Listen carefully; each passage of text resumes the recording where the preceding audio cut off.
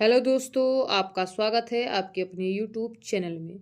तो दोस्तों, आज की इस प्यारी सी वीडियो में हम लोग जानेंगे कि खर्राटे लेना को इंग्लिश में क्या कहते हैं। तो खर्राटे लेना को इंग्लिश में स्नोर कहते हैं। क्या कहते हैं दोस्तों? स्नोर। SNORE। स्नोर मीन्स होता है खर्राटे लेना।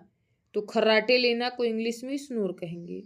अगर आपको ये वर्ड अच्छा लगा हो तो प्लीज़ वीडियो को लाइक करें, अपने दोस्तों के साथ शेयर करें और हाँ, चैनल को भी सब्सक्राइब जरूर करें।